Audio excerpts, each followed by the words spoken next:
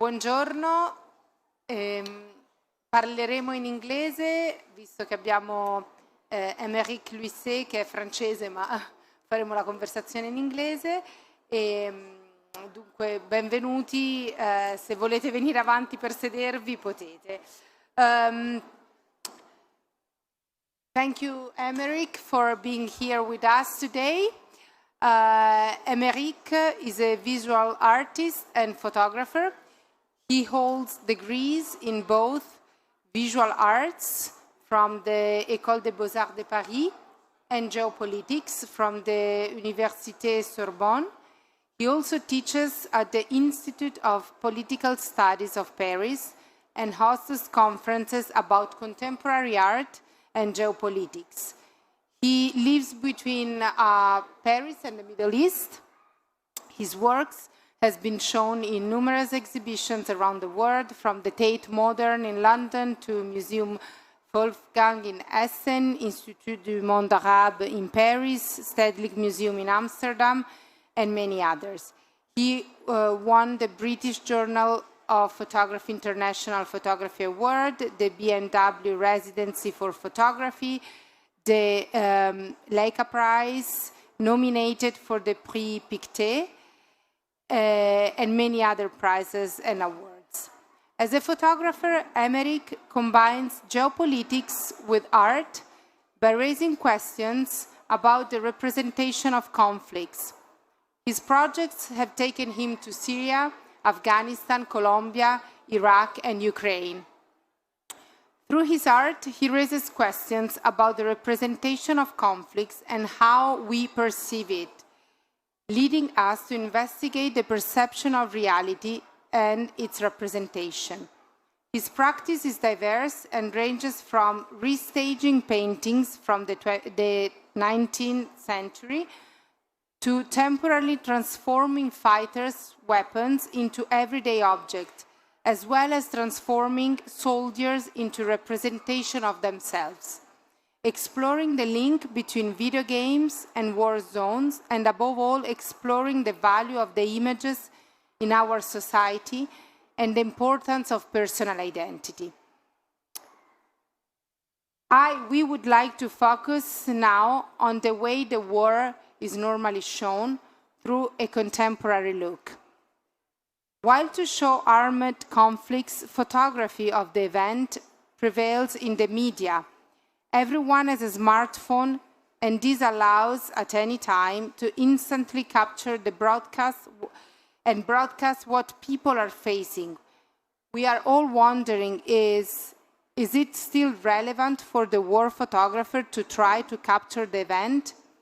The expert of the image must exist more than ever to verify authenticity, to identify, to research, to investigate, also in an approach that could be described as post-documentary with a more conceptual reflection. Emeric, through his plastic work, invites us to question the representations of war, or as Tomas Opitz called, the theater of war. I will now leave the floor to Emeric, and he will present and introduce his work, talking obviously about the value of the image today in our contemporary society, full of images, in order to understand the value of the image today. Merci. Thank you very much. I am very happy to be there with you today. First, I will explain you how I work, and I work mainly about geopolitical issue. And at the beginning, I start to study a geopolitical topic by the theoretical approach, reading book, discussing with experts on the topic, follow the media about a situation. And when I think I have a good theoretical perspective on a topic, I go directly on the place concerned by it, and with a kind of anthropological approach. And after, when I think I have a pertinent visions from the ground and in a theoretical point of view, I will realize, first I will think what I want to say, how I want to say, which medium is the most pertinent to use to talk about it. And I will realize a project with a transcription of this geopolitical analysis. When you talk about geopolitics, when you talk about history in construction, it brings me a lot on war places. And another things you will see also in my work, a lot of aesthetics. And this aesthetics is at the heart of my approach. Not necessarily to sublimate, but to trap the viewer eyes and to bring him to a reflection and question that I am trying to raise. The fact is that image has never had so much importance in the world, and that war is once again at the heart of the issue we face today. A phenomenon remains very little studied, is the evolutions of the image of war. This or that image of a conflict can be subject of analysis, sometimes very in-depth. But the image of war as a whole, and in particular its evolution, is very little. It's why I will tell you about this phenomenon. I will tell you about it through example of projects that I have carried out with regards to the evolution of representation of war from invention of photography until today. These projects are part of an approach situated between documentary and contemporary art. An approach that some like Alan Sekula become to terrorize from the 1970s in what we call post-documentary. The first major revolutions in war photography took place between the 19th and 20th century, with the appearance of silver film in 1884 by Kodak, which will democratize the use of photography, as you can see on this reclam from the end of the 19th century.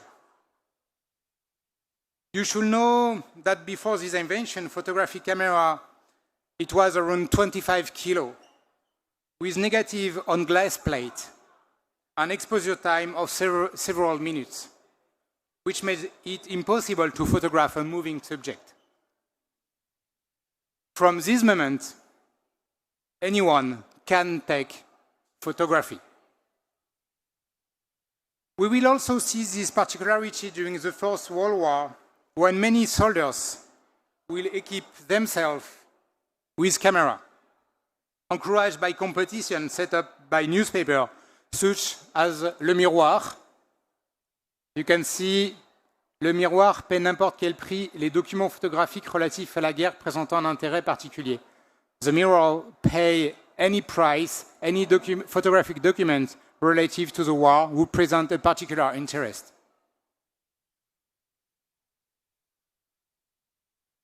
It was the appearance of half-ton printing at the very end of the 19th century that accentuated this revolution by making it possible for the first time to reproduce photography directly on newsprint, on a large scale, and therefore in the press.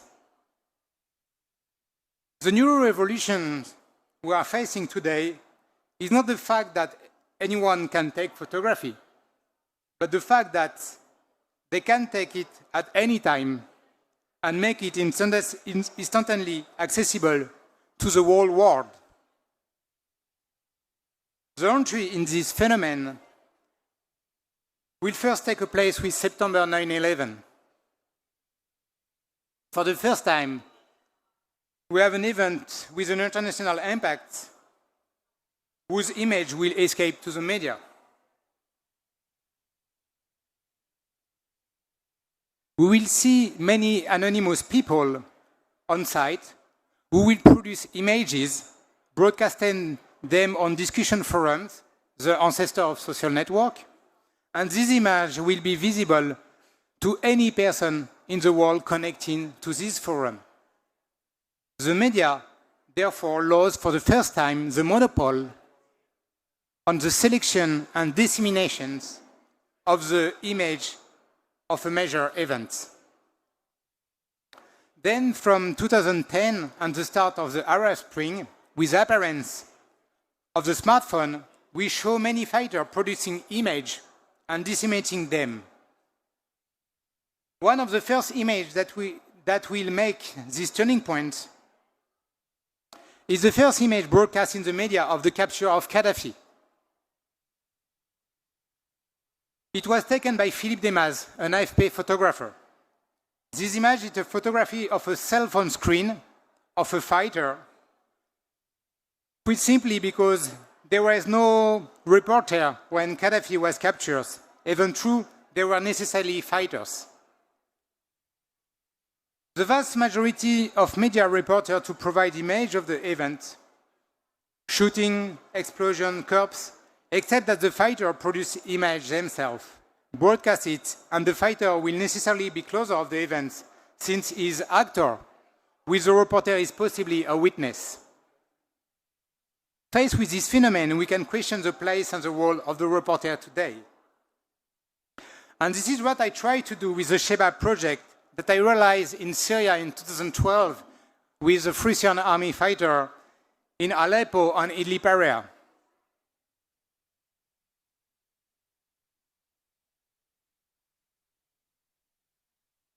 In this video, I put a camera on the chest of the fighter.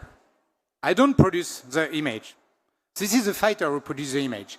I put the camera on the chest of the fighter and ask him to film 24 hours of his life. And the idea is to live the life of this fighter during this 24 hours. When you look at the video at 8 o'clock morning, it's 8 o'clock for the fighter. When you look at it at 2 p.m., it's 2 p.m. for the fighter. You can really see the life of this fighter in real time. The idea was to get out of the fantasy that we have in the war representation in the Western society. Because if you look in the Western society, the war is very present by the media, mostly based on the event, as I said previously, but also in the movie. In a 1 hour and a half movie, you have 1 hour shooting, explosions, actions, and half hour love story. And in a video game, you shoot all the time. But what we lies, it's a phantasmatic visions of the war. And in this video, I try to show the reality of the war in this 24-hour video. This video is very boring, because most of the time, war is waiting, with the permanent tensions, because you never know if you will be in life at the end of the day. At any moment, you can have a plane who arrive and drop a bomb and kill everyone, or just you cross the wrong street and you can be shot by a sniper. But you wait. And this is what I want to show out of the event, out of the sensationalism. You can see this fighter who live his life in the middle of the war.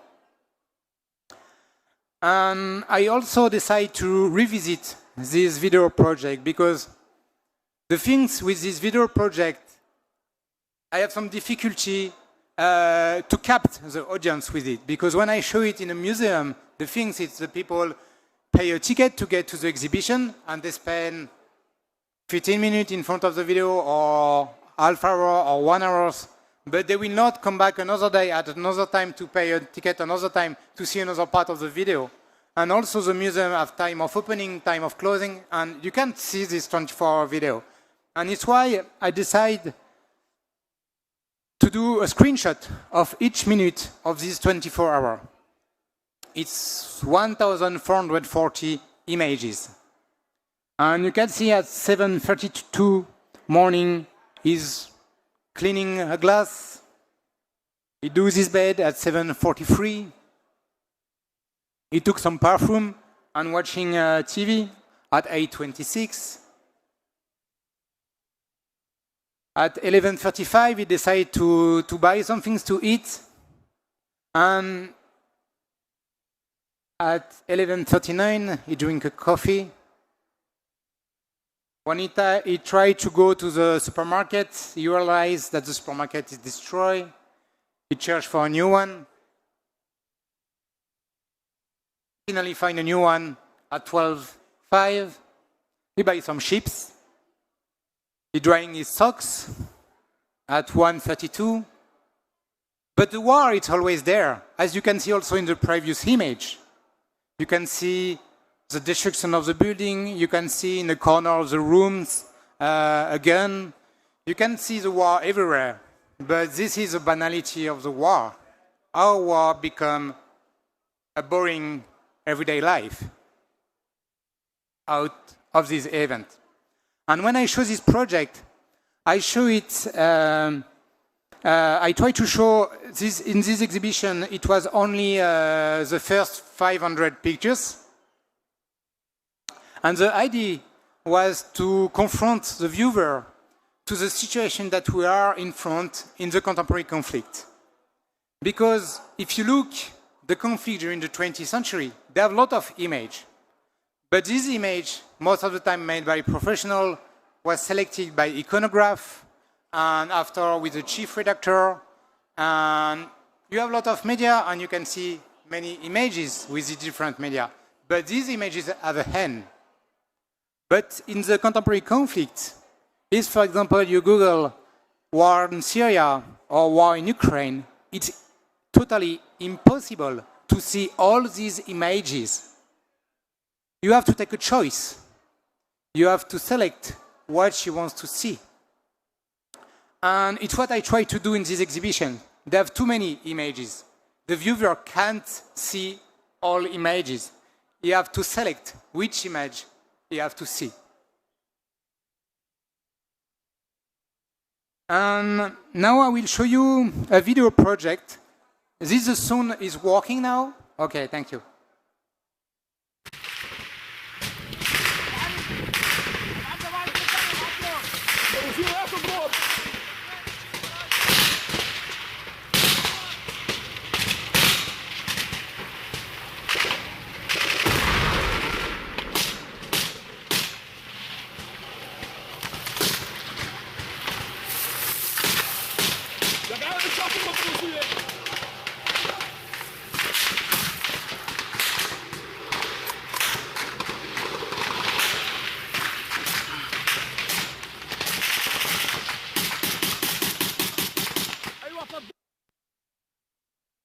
I do this video during the Babel Hour battles in Syria, in Idlib area. And why I show you this video? I show you this video because you have no things to see. And it's what I am interested in this video. We are in an ambush against a column of tanks. We are with rebel fighter who attack a column of tanks of Bashar al-Assad army. And it's impossible to capture these events by images, because when you are in a countryside, it's really, really difficult to produce image.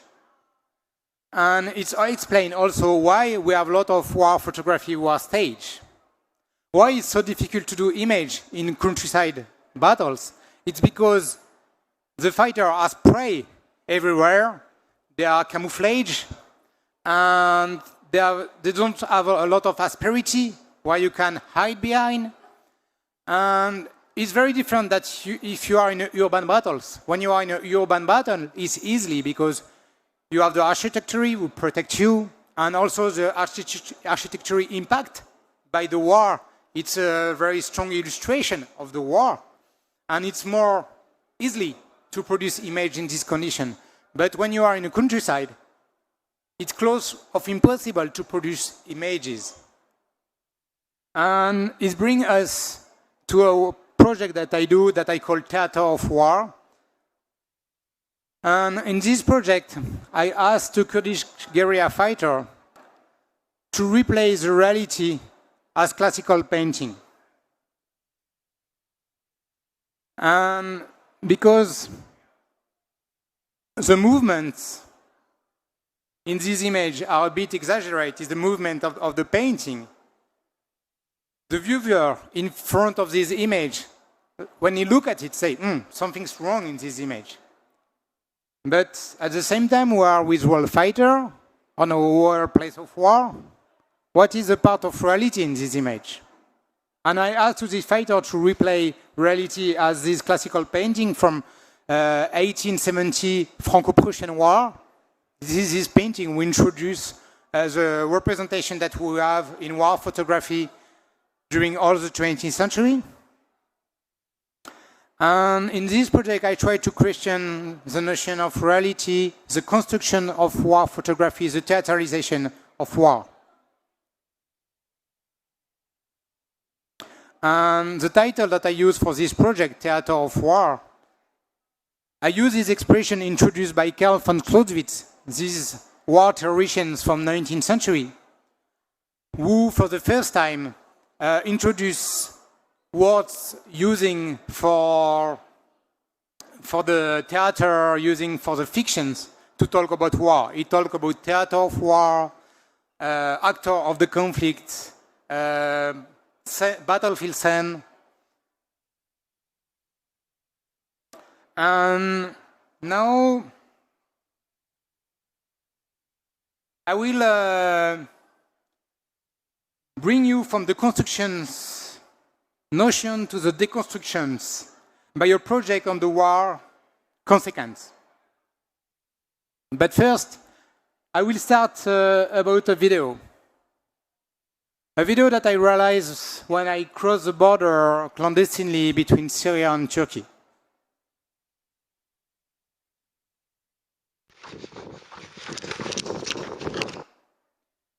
In this video, I decided to show this video because this is a way that the refugee, Syrian refugee, took to get in Turkey. We are now on the Syrian side, and I am interested at that moment where they cross the barbed wires which separe these two territories.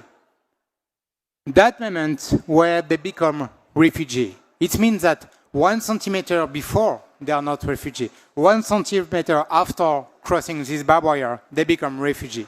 And all the symbolic of this situation. And you can see the border there. The image moves a lot because we have to run in this situation because sometimes they have a sniper who shoots.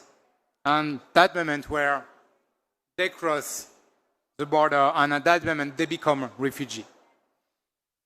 And if I tell you about refugee, it's because I decided to show you a project that I realized about refugee. At the beginning, I don't want to work about refugee.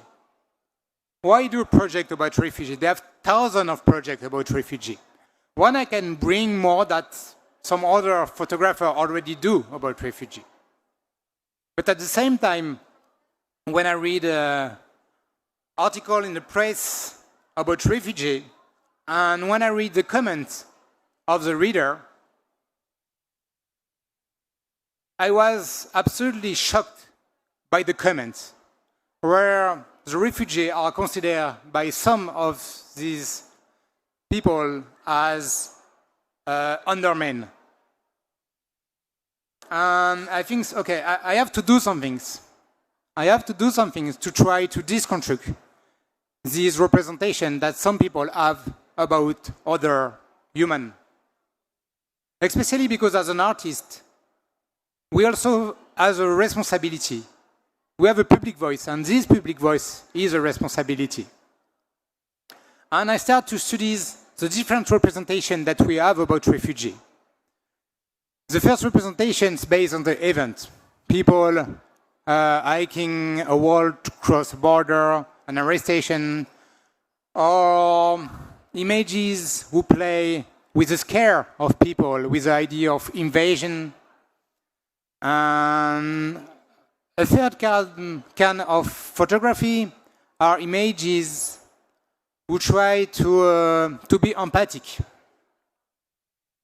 where you can see a person in the cold with a cover, or a young children alone in the dark.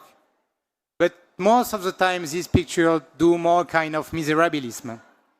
And I want to get out of this representation and to build some images of everyday life, who can be the life of each of us.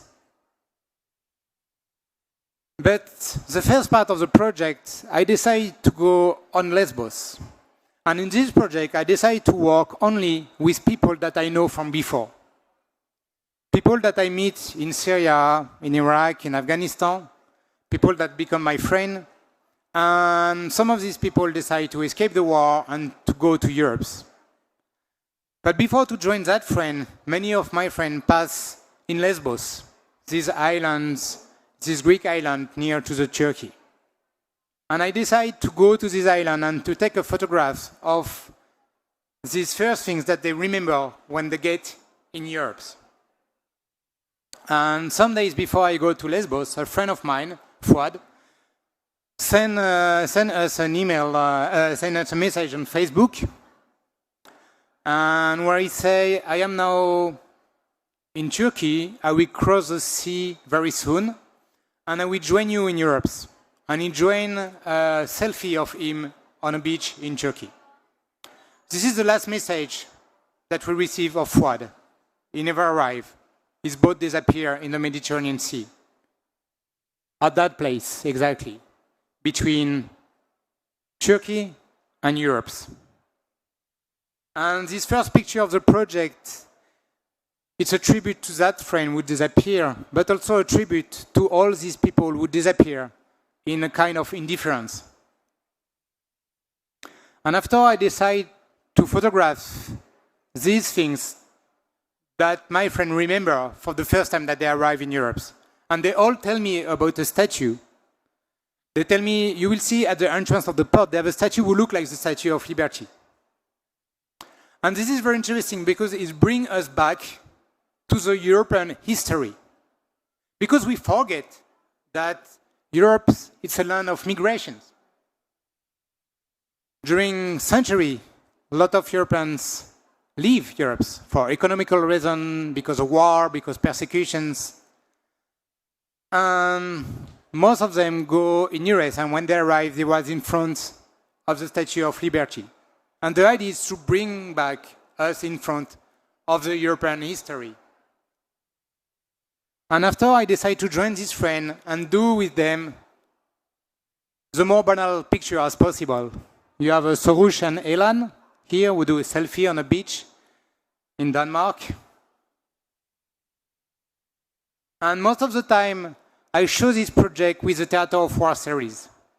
Because in the Theater of War series, you can see this Kurdish fighter in a very heroic positions. And this is the same person that you see 8 years later as a refugee. Soroush that you see there, it's him that you see here, 8 years before. And I want to bring people to this paradox, because these Kurdish fighters are considered by most of the Western as heroes. This is a fighter who fights against Islamic State, who fight for us.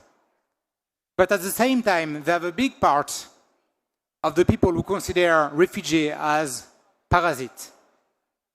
And I want to bring people in front of this paradox. How can you consider someone as a hero, and when he crosses the sea, as a parasite?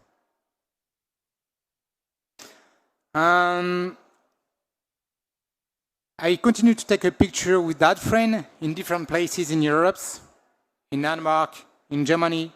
I also work about this notion of displacement, movement, related with the situation of refugee. And in this picture, we are in a refugee camp in Germany with Soran.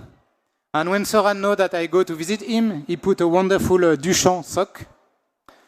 And because Soran is a big fan of Dadaism, but more in literature, he's more a fan of André Breton, that he doesn't really like the work of Marcel Duchamp, but he knows that I really love the work of Marcel Duchamp. And he took this Duchamp sock by a kind of provocative approach, And after that, we have a big discussion about Marcel Duchamp, and I try to convince him how Marcel Duchamp is important in art history.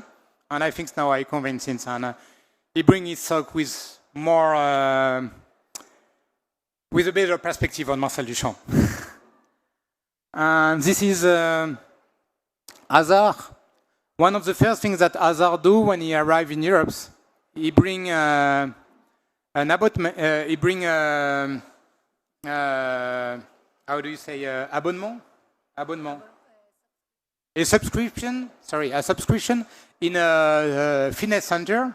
We have different places in different places of Europe, and it was a way for him to find a place to do sports, to take a shower, and it helped him physically and psychologically in this crossing of Europe, who can take months or sometimes years. And we was in the fitness center in Cologne, in Germany.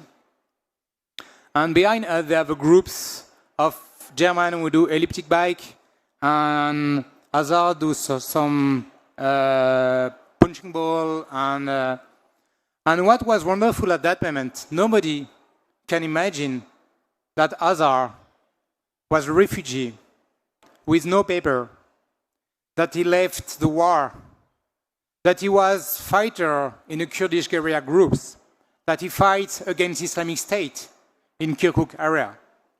And it's what I try to do in this project. It's that if nobody tell you it's a project about refugee, you will have no idea that it's picture of refugee. It can be picture of everyday life of me, of each of you. And the third part of the project, I do it with friends who have one of the parents who was refugee. Like Ines, the father of Ines left Algeria. And Ines, she's now reporter for Le Figaro newspaper. And I took this picture who looked like something like a bit very aesthetic, a bit sensual. But if I took this picture, it's to show the arm of Ines. And if you look at the arm, there's something strange, and it's because she received 6 bullets during Paris attack, November 13. And this is a church of a small village where Sarah Hassan lived. You can see Sarah there. And the father of Sarah left the Iraq of Saddam Hussein. And Sarah now, she has a farm with horse, and she's in charge of the environment in this area. And as you can see, these pictures are blue and white. It's because I use a very old process called cyanotype. And this process is a very old photographic process from 19th century. But I modify the chemistry of cyanotype. And when you look at this picture at the beginning of an exhibition, you can see this picture blue and white, like you see there on this screen. But progressively, day by day, this picture disappears to have at the end a blue monochrome. And this blue monochrome becomes a double metaphor, a metaphor of the Mediterranean Sea, where a lot of refugees disappear. But the blue is also the color of Europe. And all these refugees who arrive, they are part of the future of Europe, and they are future Europeans.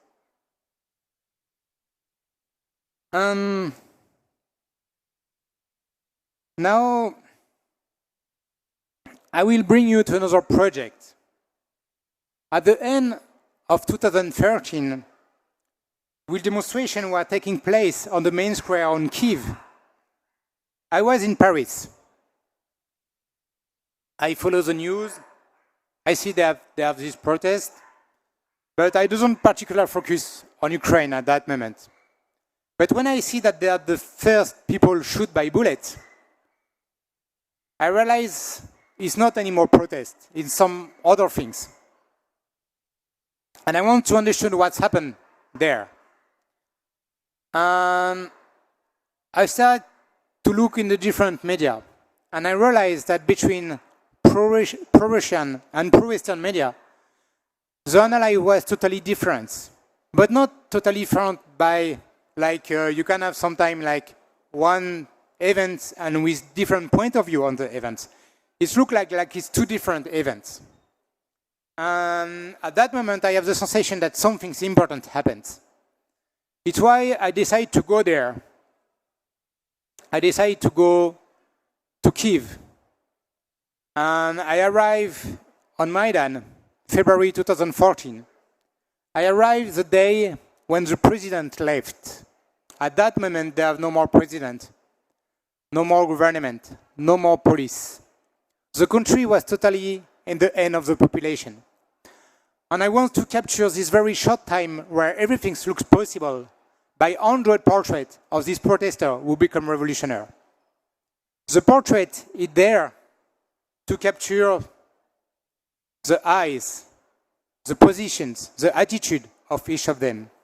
But also I given a questionnaire with 2 questions. What would you like to be happening now? What do you think it will happen? The questionnaire is there to capture the hope, what scares these people of these moments where everything looks possible. I took these pictures on black backgrounds, and these backgrounds was a door who blocked the entrance of the city hall. And the door was destroyed by protesters. To get in the city hall, we become the headquarters of the revolution. It's why I want a very neutral background, but at the same time very symbolic. I decided to do 100 portraits. The idea to do this 100 portrait was because with 100 people, it started to be representative of what Maidan was. But also, 100 portrait is a reference to the 100 people who died on Maidan, who are called the Heavenly 100.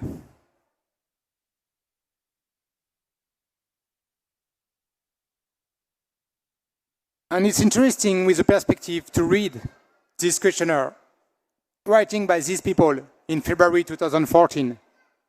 For example, that guy say, I want that Russian troops to leave Simferopol. It's all in the Putin hands. If it doesn't stop, we will have a full-scale war with Russia.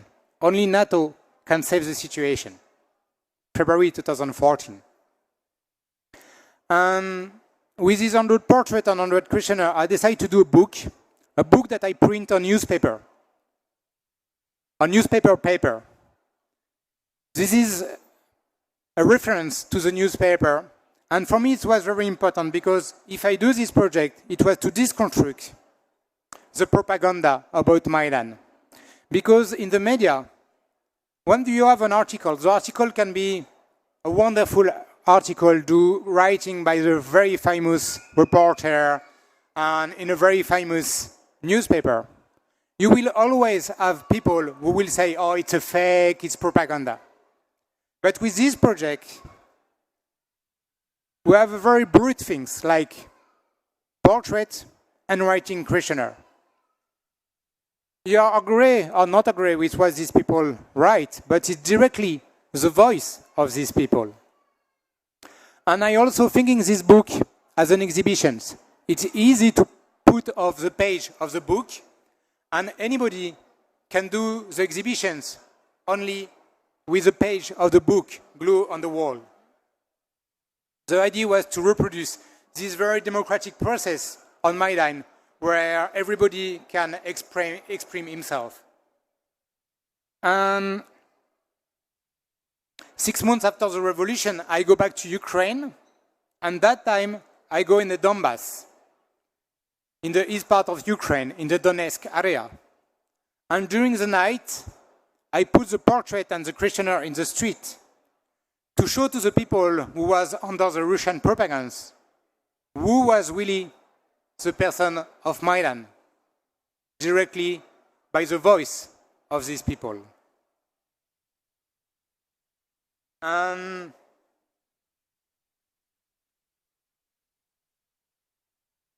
With these projects,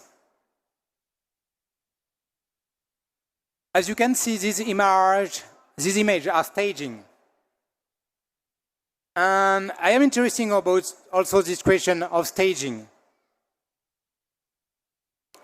Because many people consider staging as manipulation, lying, but staging is only a process.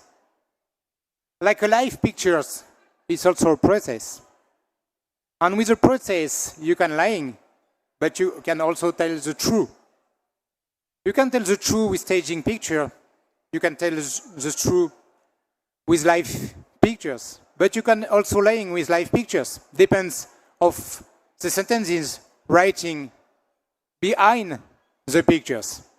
If you look in most of the fake news, the pictures that you see are real pictures. They just change the context of the pictures. And it's interesting to see that that reflection about image exists since the beginning of photography. Eugène Delacroix, the painter, say about the photography, accuracy doesn't make true.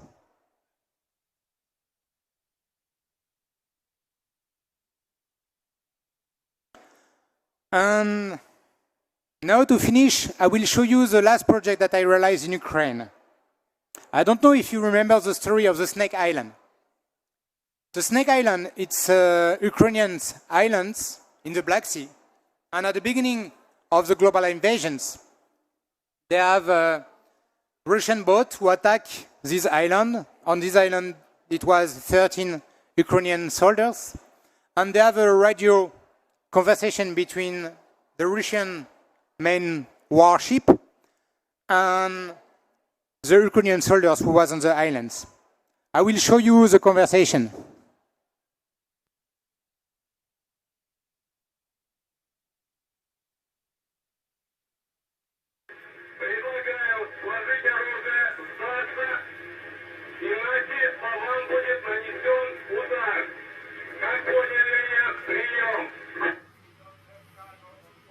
Все.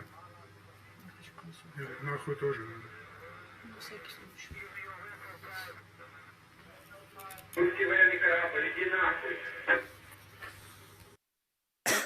As you can see, one of the Ukrainian soldiers tell him, go to fuck yourself.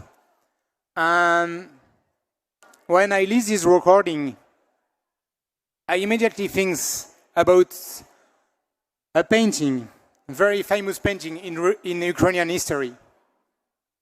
It's this painting of Ilya Repin with a Ukrainian painter. It's a painting of 19th century who paint an event of 17th century. And in this painting, it's Zaporog Cossack, it means like Ukrainian Cossack, who receive a letter of the Ottoman Sultan who asked them to surrender. And the Cossack answer by a letter of insult. And I decide to do a parallels between the actual situations and this painting from the past of Ukrainian history.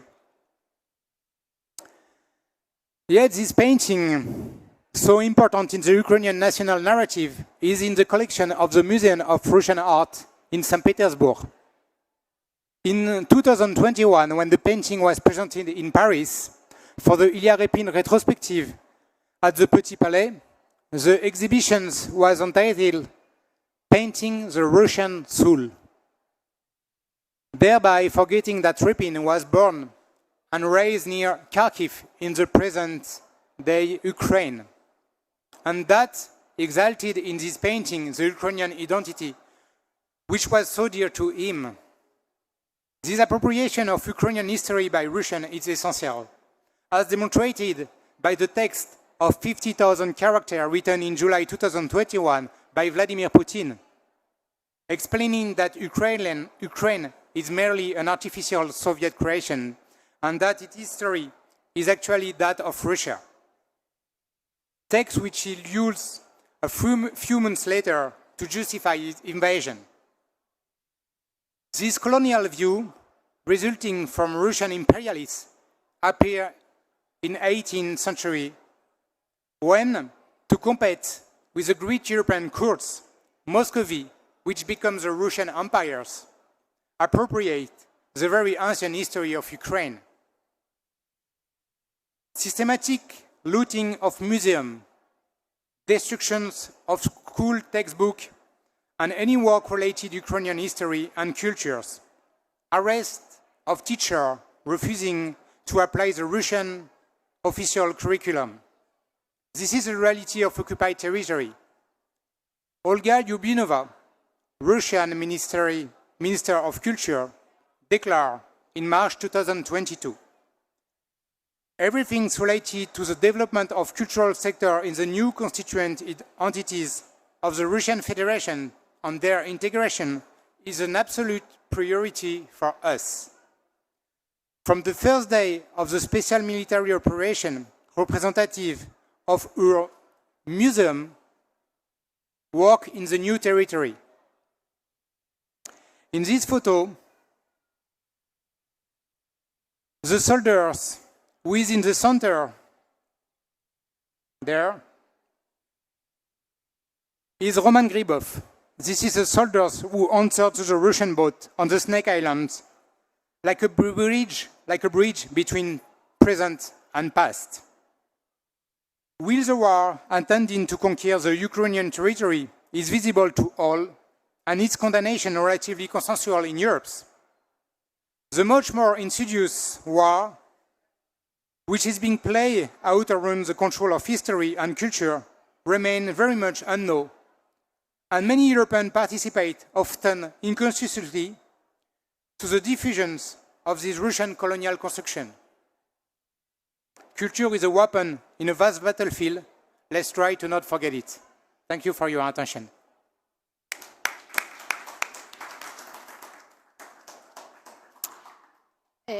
Thank you, Emeric. Before leaving the floor to Tomas Opitz, who is the owner of 2B Gallery in Budapest and represent Emeric, I just want to ask you something about this photograph here that is actually shown at the booth of 2B. If I'm not wrong, you posted an image of this photograph on Instagram after you produced the photograph, and the image received more than 100,000 likes, I think, in a very short amount of time. Less than 24 hours. I would like to ask you, what is your opinion about the relationship between social media and art, and a photograph that is included in a context of art? Because you are using social media in order to communicate your work.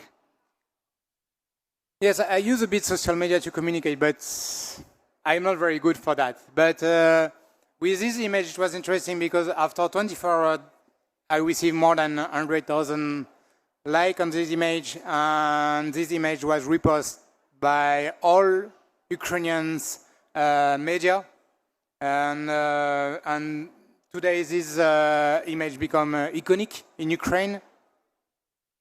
And, but yes, I'm interested about the role of social media, especially in the war representation, and I do a big exhibition about that in Centre Pompidou in Paris. And I use it to collect amateur image in the war, because what I realize is most of the pictures in the war in Ukraine,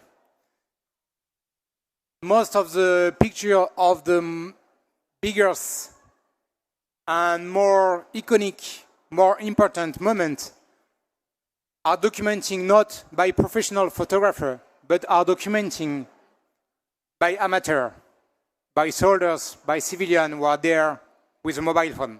And after they post this picture on social media, and some of these pictures become viral, and sometimes more visible than picture do by professional or by picture published by press.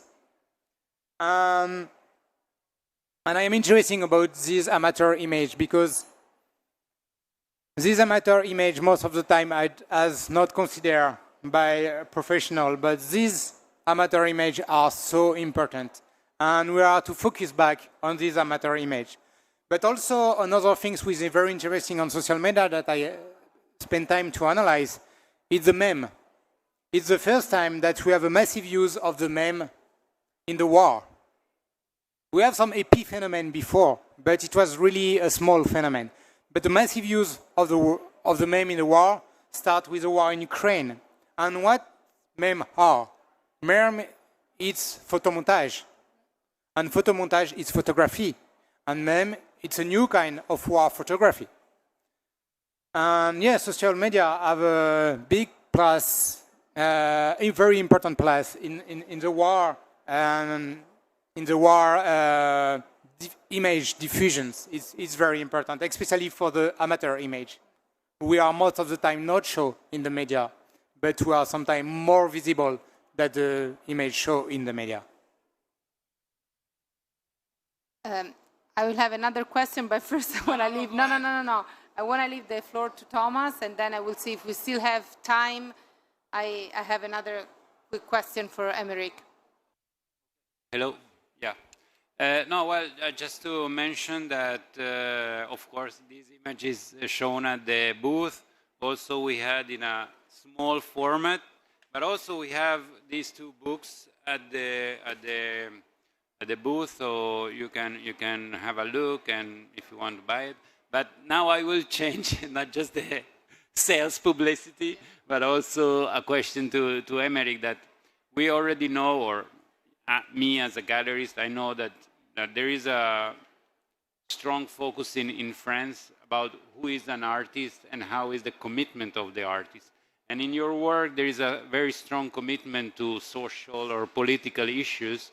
So how you feel that you are accepted as an artist or just still a photographer? So how is that working in the acceptance as an artist? Because it's when you hear artist, everybody thinks at first glance about a painter, a sculpturist, or at least a video installation project. So, but you are really doing photography as an art and in a very strong commitment for social and political issues.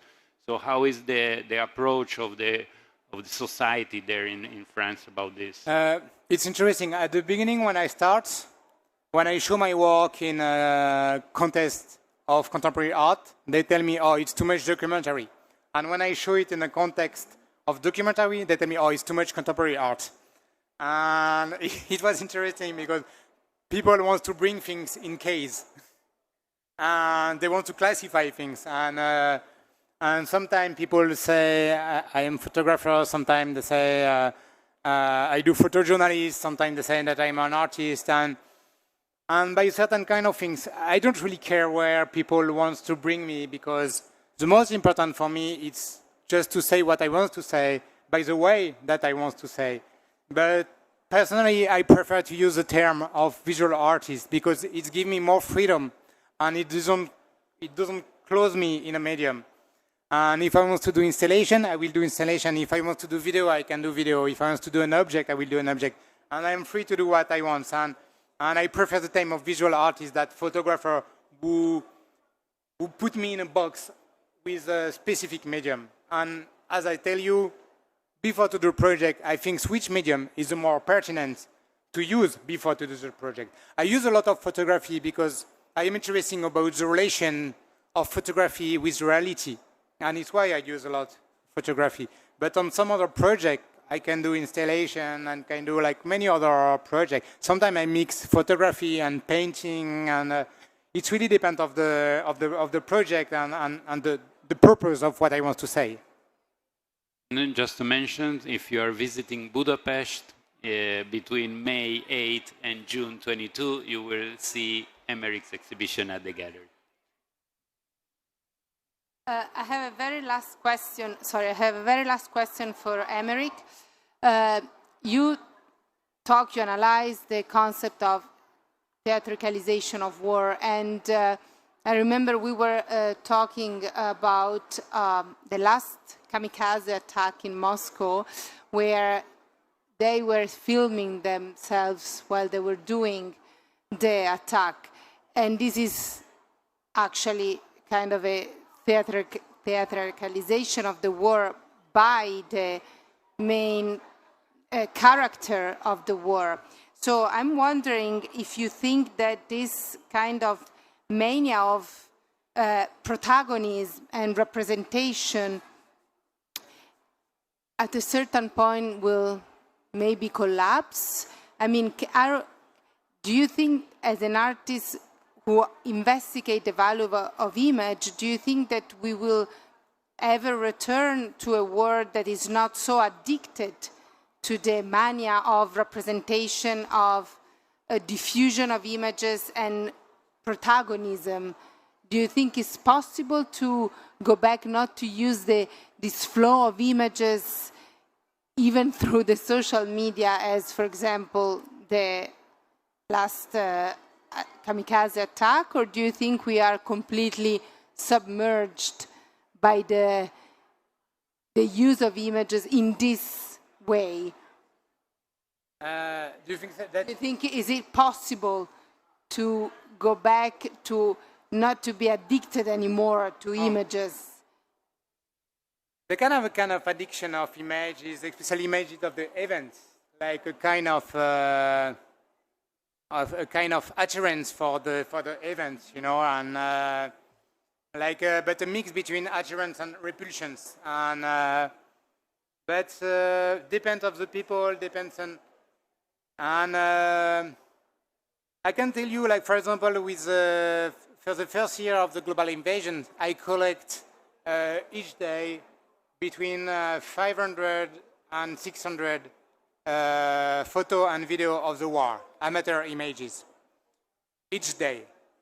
And I spend a lot of time to watch all these images, to select the most interesting, to identify, authentify. And it was very interesting, but at the same time, it's psychologically, it's hard to be confronted to these images, especially they have different things, because they have the things of the violence of these images, but also the things that I also walk in that place. I know some of the people that were in this situation. I also was in this situation, but I don't know exactly what to say with that, but it's kind of a strong impact on the population. But I think it's so important by the media today to have the capacity to capture these images and to identify, to take the more interesting and to take the control, to take back the control on this amateur image. Because if we don't care about this image, we will lose the control on this image. And this is an open door to the fake news. Yeah. And it's why it's so important for the media, for serious media, to take the control on this image, to identify, to authentify, to select the more important and to show it. Not show it when the image is already viral. Because when the image is already viral, it's too late. And I think all these images are really important. But also we have to take care to not fall also in the pornography. Like when I mean pornography, it's pornographic war images. Like destroyed body, like because it's just pornography and it doesn't bring any information. And also we have to take care about the use of the image. In which context these images are doing. Use this image. If we use this image, did we do the play of a propaganda on the group? And we have to think all of that. But it doesn't mean that it's because image do by a fighter or by an amateur, like a witness, civilian, that it means that this image is propaganda, this image. No, this image can be so strong. And for example, I remember I see some image of bombardment on a building due by reporter. The image was very clean, proper, it was aesthetic, nice, strong. And I see the same bombardment by another perspective, do with a mobile phone with a handshaking of a woman who was at the window of the building in front. And the handshaking and the voice was crying a bit, and she tried to explain what she had in front of her. And by my point of view, this image do by this woman, it's stronger than this image do by this professional. And we really have to think the place of this amateur image. And what is the place today of professional of photography, professional of image in war today?